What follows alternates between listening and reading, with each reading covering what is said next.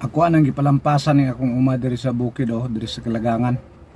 Kay akong ready na ni para magtanom kog kape. Oh, tinang sagbuta kas tananoy. Duha na gud ni katuig. Kapin, wala na lampasan. Ano yung mga tanom mga kape unta sa una.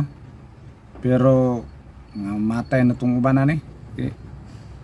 Sagbot na magkastanan. Muna akong itanong may nga kape di kanis portolin nga mga similya among gibaging. Kay among itanom diri sa Kalagangan. Pero dito diri pa ni namo sa mga July siguro na June July.